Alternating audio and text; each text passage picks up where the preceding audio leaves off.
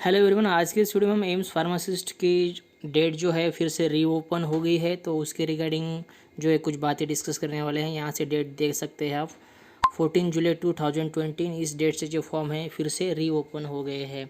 तो पिछले जो फॉर्म थे उसकी डेट जो लास्ट थी वो मार्च के एंडिंग में ख़त्म होने वाली थी, और उसमें आप बेसिकली दो पोस्ट के लिए अप्लाई कर सकते थे। एक थी फार्मासिस्ट और दूसरी थी जनरल स्टोर ड्रग।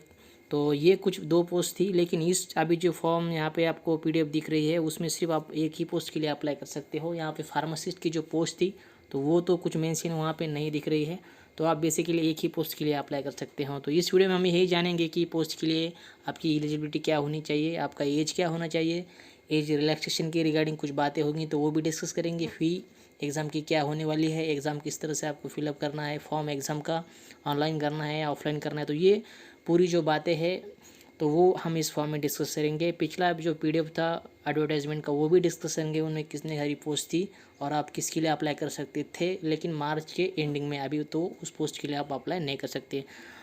तो बिना किसी देरी के वीडियो को फटाफट स्टार्ट करते हैं। तो यहाँ से आपको दिखता होगा कि इस डेट से जो है फॉर्म रीओपन हो गए हैं, और ये जो आपको यहाँ से पैराग्राफ दिखता होगा इसमें यही बताया है कि इस डेट पे जो है फॉर्म पिछले जो है ऐड पब्लिश हुआ था पेपर में, तो और इस ऑफिशियल साइट पे जाके आप उसका पीडीएफ जो है वो देख सकते हैं। यहाँ पे ये जो पैराग्राफ आपको यहाँ पे दिखता होगा तो इसमें यही बताया कि पिछले जो क्लोजिंग डेट थी, ये डेट यहाँ पे दिखती होगी आपको 24 अप्रैल 2020। तो इस डेट पे जिन स्टूडेंट ने फॉर्म जिन स्टूडेंट के फॉर्म कुछ अधूरे रह गए थे, जिनकी कुछ प्रोसेस जो है उन कंप्लीट नहीं कर पाए, तो उनके लिए जो है फॉर्म रीओपन हो गए हैं। और नए भी स्टूडेंट जो है उनके बाद के जिनका फॉर्म मिस आउट हो गया था, जिन्होंने फॉर्म अप्लाई पोस्ट के लिए अप्लाई नहीं किया था, तो वो भी जो है वो इस फॉर्म को फिलअप कर सकते हैं। तो यही जो बातें है इस पैराग्राफ में आपको देखने को मिलती है। देन जो पोस्ट है जिनके लिए आप अप्लाई कर सकते हैं, यहाँ पे जो फॉर्म जिन पोस्ट के रीओपन हो गए तो वो यहाँ पे आपको दिखती होगी। एक है स्टोर कीपर जनरल और स्टोर कीपर ड्रग्स, तो ये सेकंड नंबर की यहाँ पे आपको पोस्ट दिखती होगी स्टोर कीपर ड्रग्स। तो इस पोस्ट के लिए हम फार्मासिस्ट अप्लाई कर सकते हैं, और उसकी लास्ट डेट है 29 जुलाई 2020 अप टू द 5 PM। तो इस डेट तक तो जो आपको फॉर्म को पूरा ऑनलाइन फिलअप करना है, ऑफलाइन कोई प्रोसेस होने वाली नहीं है। तो ये इसमें आपको देखने को मिलता है। जो ऊपर की पोस्ट है स्टोर कीपर जनरल, इसे आप अप्लाई नहीं कर सकते हैं, तो आप एलिजिबल हो स्टोर कीपर फार्मासिस्ट स्टूडेंट। और उसकी डेट यहाँ पे फिर मैं आपको रिवाइज कर देता हूँ 29 जुलाई 2020 अप टू द 5 PM। तो इस डेट तक जो है आपको फॉर्म को फिलअप करके ऑनलाइन सबमिट करना होगा। तो नीचे के कुछ इंपॉर्टेंट पॉइंट आपको यहाँ देखने को मिलते हैं, वो डिस्कस करेंगे। तो फर्स्ट नंबर का जो पॉइंट है उसमें ये दिया है कि अभी जो नए से स्टूडेंट जो है रजिस्ट्रेशन करने वाले हैं तो उनके लिए जो एलिजिबिलिटी होगी तो इस डेट के रिगार्डिंग ही एलिजिबिलिटी उनको कंसिडर की जाएगी। जो उनकी एलिजिबिलिटी है तो इस डेट के रिगार्डिंग वो एलिजिबल होने चाहिए। ये क्लोजिंग डेट यहाँ पे आपको देखने को मिलती है। और सेकंड नंबर का जो पॉइंट है इसमें ये दिया है कि अगर आप इस डेट पे एलिजिबल होते हैं फॉर्म भरने के लिए, अगर इस डेट पे बिटवीन दीज टू डेट्स अगर आपने फॉर्म जो है पहले रजिस्टर किया है और आगे की जो प्रोसेस है आपने अगर नहीं की है तो आप अभी भी एलिजिबल हो। अगर आपका एज चला भी गया है, अगर आप एज बार भी हो गए हो, तो अभी ये फॉर्म आप फिलअप कर सकते हैं, ये इसका मतलब है।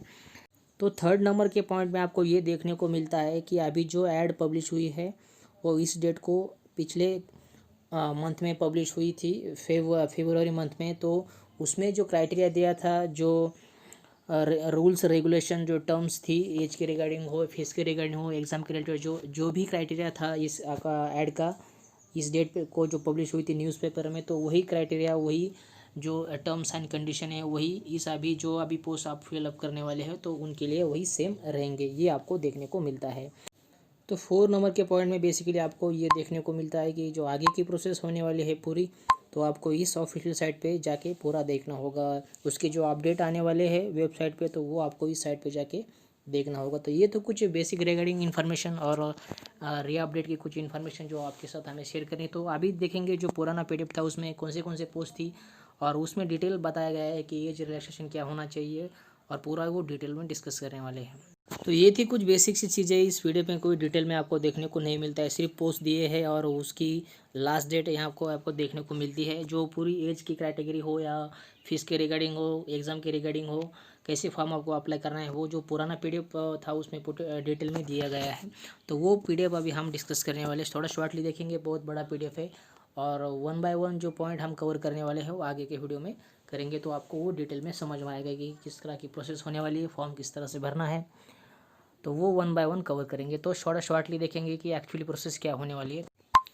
तो ये थी वो एडवर्टाइजमेंट जो फेब के मंथ में पब्लिश हुई थी, और आप उस मंथ में 2 पोस्ट भरने के लिए आप एलिजिबल थे।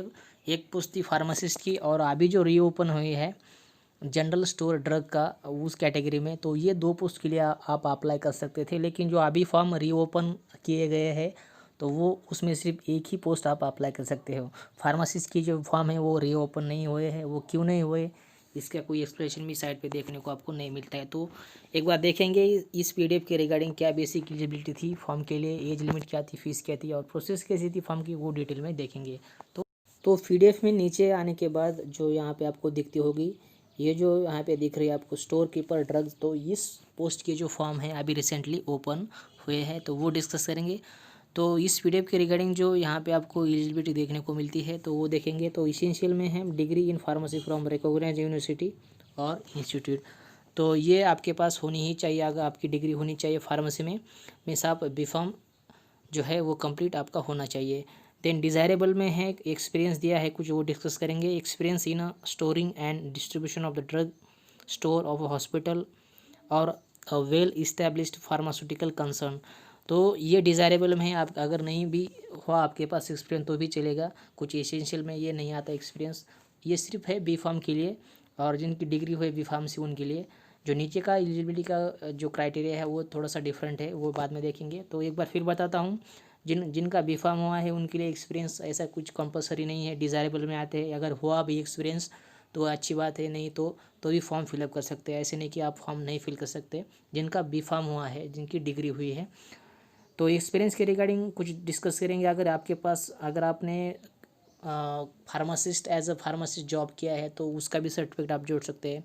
अगर आप हॉस्पिटल में कुछ फार्मासिस्ट हुए हुए तो भी इसका भी जोड़ सकते हैं। अगर आप इंडस्ट्री में आपने कुछ काम किया होगा, प्रोडक्शन में किया होगा, ग्रैनुलेशन में किया होगा, कंप्रेशन में भी किया होगा, पैकेजिंग में किया होगा, कौन सा भी आपके पास अगर कंपनी का भी कुछ एक्सपीरियंस हुआ होगा फार्मा के रिगार्डिंग, तो उसे भी आप आराम से यहाँ पे जोड़ सकते हो, मेंशन कर सकते हो। तो ये हुआ बी फार्म के रिगार्डिंग, उसका एक्सपीरियंस डिज़ायरेबल में कंपलसरी नहीं है। देन सेकंड चीज़ यहाँ पे आपको देखने को मिलती है, अगर आपके पास ये नहीं है तो आप नीचे एलिजिबिलिटी देख सकते हैं। तो आपका बेसिकली इसेंशियल में आपका डिप्लोमा इन फार्मेसी होना चाहिए, और आपको 3 year experience in a drug store of a hospital और as well established pharmaceutical concern. तो इस एजुकेशन में आपको ये देखने को मिलता है कि अगर आपके पास अगर आपकी डिग्री नहीं भी हुई है, अगर आपके पास एक्सपीरियंस नहीं है, तो आपका बेसिक डिप्लोमा होना चाहिए, और आपको 3 ईयर का एक्सपीरियंस होना चाहिए as a pharmacist, store keeper में हो या हॉस्पिटल में हो या कोई भी इंडस्ट्री के रिगार्डिंग। अभी मैंने बताया कि कौन से इंडस्ट्री के रिगार्डिंग एक्सपीरियंस होना चाहिए, तो वो अगर आपके पास है 3 ईयर का तो भी आप इस पोस्ट के लिए एलिजिबल हो, आप ये पोस्ट डेफिनेटली भर सकते हो। एक बार फिर जो है वो मैं रिवाइज कर देता हूँ डिप्लोमा के लिए। अगर आपका डिप्लोमा होता है तो आपके पास 3 ईयर का एक्सपीरियंस होना चाहिए दिस पीडीएफ के रिगार्डिंग। तो इस जो या भाई एलिजिबिलिटी आपको डेफिनेटली समझ में आई होगी। तो ये थी कुछ इंपॉर्टेंट चीज़ें जो अभी पोस्ट रीओपन हुए उसके रिगार्डिंग। देन सेकंड कॉलम है, इसमें आपको जो पोस्ट है उसका ग्रेड देखने को मिलता है। तो बी ग्रेड में जो है वो पोस्ट आती है, तो अच्छी सैलरी भी होगी। देन नंबर ऑफ जो एज लिमिट आपको यहाँ पे देखने को मिलती है तो वो इस कॉलम में देखने को मिलती है। तो बेसिक जो है वो एलिजिबिलिटी 25 ईयर का जो है वो आपका एज होना चाहिए। देन नंबर ऑफ पोस्ट इस पोस्ट में आपको देखने को मिलता है, इस कॉलम में आपको देखने को मिलता है। वो टोटल 13 पोस्ट है। ड्रग स्टोर कीपर और स्टोर कीपर ड्रग्स के लिए 13 पोस्ट है, तो वो डिवाइडेशन की है अकॉर्डिंग टू कैटेगरी। तो यूआर ओपन के लिए 6, देन एसी कास्ट के लिए है 2 वैकेंसी, एसटी के लिए है 1 वैकेंसी, और जो ओबीसी के स्टूडेंट है उनके लिए टोटल पोस्ट है 4। और उसमें जो अभी यहाँ पे आपको स्टार की होगी एक पोस्ट है ओबीसी की, तो वो स्पेशली जो है वो फिजिकली चैलेंज जो पर्सन है इस कैटेगरी में जो आते हैं तो उनके लिए वो पोस्ट रिजर्व है। और वो पोस्ट जो है वो सिर्फ ओबीसी की पोस्ट है। टोटल ओबीसी के जो 4 पोस्ट है उसमें कि एक पोस्ट जो है वो रिजर्व है, और जो बाकी के 3 पोस्ट है उनके लिए आप जो है वो कॉम्पीट कर सकते हैं ओबीसी में।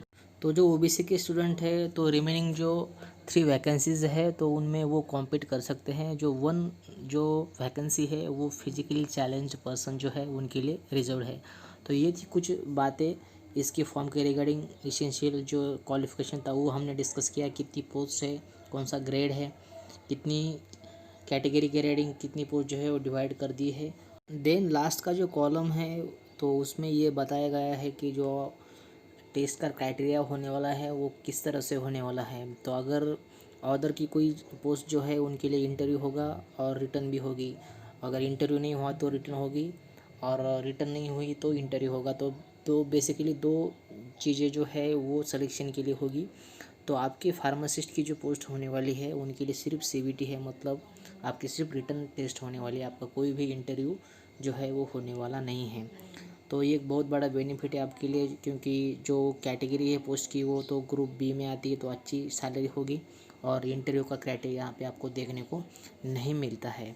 नेक्स्ट वीडियो में नीचे आने के बाद आपको 19 नंबर पे ये जो पोस्ट देखने को मिल रही है, pharmacist grade 2 level 5 in the pay matrix. तो ये पोस्ट के लिए अप्लाई अभी जो है आप नहीं कर सकते, लेकिन फेब के मंथ में जो है वो फॉर्म ओपन हुए थे तब, तो इस पोस्ट के लिए आप अप्लाई कर सकते। तो अभी जो है वो हमारे कुछ काम की नहीं है, तो नेक्स्ट पॉइंट में जो है हम डिस्कस करते हैं। देन जनरल कंडीशंस में कुछ इंपॉर्टेंट पॉइंट है वो डिस्कस करेंगे। तो ये बेसिकली पुराना पीडीएफ है, तो जो लास्ट डेट ऑफ जो एग्ज़ाम की डेट होने वाली थी वो यहाँ से देख सकते हैं, वो यहाँ पे मेंशन किया है। और पूरी प्रोसेस जो होने वाली है वो ऑनलाइन होने वाली है, यहाँ से देख सकते ऑनलाइन मोड। तो ये आपको बेसिकली जो चीज़ है उस वीडियो में आपको देखने को मिलती है। देन सबसे इम्पोर्टेंट एप्लीकेशन जो फीस होने वाली है एप्लीकेशन फिलिंग की, तो वो कितनी होने वाली है वो डिस्कस करेंगे। तो इस पॉइंट में जो है वो आपको देखने को मिलती है। जो ओबीसी के स्टूडेंट है उनके लिए जो है वो 1,500 जो है वो फ़ीस होने वाली है। जो SC ST कैंडिडेट्स होने वाले हैं और EWS के कैंडिडेट्स हैं उनके लिए 1,200 रुपये फ़ीस है। और जो पर्सन विथ डिसेबिलिटी है, जो फिजिकली चैलेंज पर्सन है, वो एग्जाम्प्टेड है, उनको कोई भी फ़ीस नहीं लगने वाली है। तो जनरल और OBC के स्टूडेंट के लिए 1,500 रुपये। Then SC ST candidates EWS student के लिए 1,200 रुपये और फिजिकली चैलेंज के लिए कोई भी फ़ीस यहाँ पे लगने वाली नहीं है, तो वो एग्जाम्प्टेड है, कोई उनको फ़ीस नहीं लगने वाली है। जो पूरी प्रोसेस होने वाली है वो ऑनलाइन होने वाली है। डेबिट कार्ड, क्रेडिट कार्ड या इंटरनेट बैंकिंग से जो है आप पेमेंट कर सकते हैं। एप्लीकेशन फ़ीस वंस रिमेन शायद not be refunded under the any circumstances. जो फीस आप पे करने वाले हो किसी भी चांस में रिटर्न आने वाली नहीं है। आप देन एज रिलैक्सेशन की रिगार्डिंग कुछ बातें डिस्कस करेंगे।